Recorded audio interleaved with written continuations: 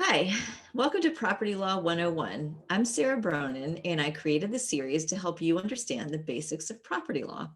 Today, we are talking about the third of four questions that we consider in this series, and that is using property. And we're talking today about a 1948 Supreme Court case involving a covenant. Other videos cover the basics of covenants. In the video about terminating covenants, we start the conversation about how and why courts might terminate a covenant and mention this particular case. So let's delve a little bit more deeply into Shelley versus Kramer. The facts of the case start in early 20th century in St. Louis. At that time, racial covenants restricting property to ownership only by Caucasians were very prevalent across the country. The intent of these covenants was to exclude African Americans, like the Shelleys in the case, but also Jewish people, Asians, Hispanics, foreigners, Native Americans, and Hawaiians. In many cases, developers who were developing new subdivisions would put in racial covenants for all the houses that were being built. Just as commonly, people in an existing neighborhood might get neighbors together to assign covenants when one would not have existed at the outset. In this case, the Shelleys had purchased a house from the Fitzgeralds. The Fitzgeralds were sympathetic to the Shelleys and intentionally sold their house to them. Otherwise, there was no way the Shelleys would have ever been able to purchase this house and go through what they went through to own it. The Kraemers, meanwhile, were neighbors who owned a property also subject to the same restrictive covenant. You might note that in this neighborhood, not all of the property owners in the district had signed the agreement imposing the restrictive covenant. It's not clear whether everyone had to sign off for the covenants to be effective, but again, we assume for the purposes of this case, and the court assumed, that the neighbors had standing to bring a challenge and the Shelleys were subject to the covenants. Below in the Supreme Court of Missouri, the Supreme Court of Missouri ruled that the Kraemers would win. The Shelleys then took their case to federal court. And in doing so, they said the judicial enforcement of the covenants violated their equal protection, due process, and privileges and immunities rights under the 14th Amendment. Today, we'll just focus on the equal protection analysis in the case.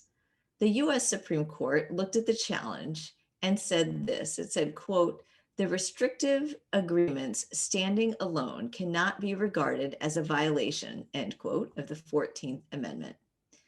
So under this rationale or under this description, the agreements themselves were valid. But then the court says, but there was more. And this is where it gets interesting. Here, the court says that there was judicial enforcement of the private restrictions, of the private agreements, and that goes beyond just the agreements themselves. Judicial enforcement of the covenants included creating and taking away rights in ways that denied some members of the community equal protection of the law on the basis of their race. The Supreme Court says that even judicial actions can be included in this concept that they created of state action. And state action cannot discriminate on the basis of race if you're looking at the Equal Protection Clause of the 14th Amendment. Most people today would not dispute that this is the right result. However, some commentators over the years have indicated problems with the way they say Shelley was reasoned. So there are people that criticize the state action doctrine. They say that the Shelley theory of state action elevates all sorts of private ordering into judicial review, into this theme, this broad category of state action. Others say the Supreme Court really should have looked at alternate grounds for deciding the case: state constitutions, state statutes, federal housing laws, civil rights laws, and not implicated the Constitution. On the other hand, winning on constitutional grounds is often a more powerful victory.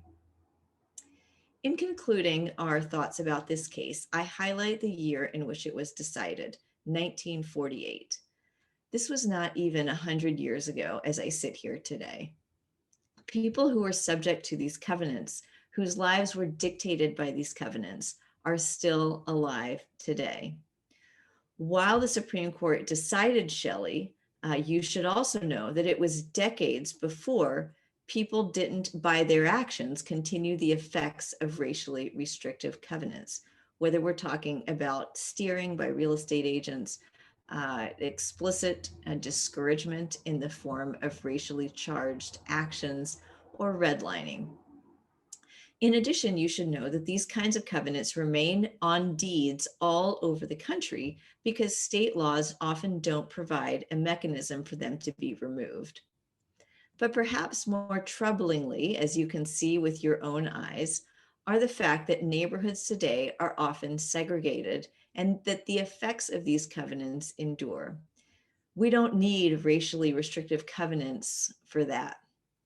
So I urge you to consider, as we continue to go through this course, how zoning and other areas of property law continue to do implicitly and by their effects what the Shelley covenant did explicitly.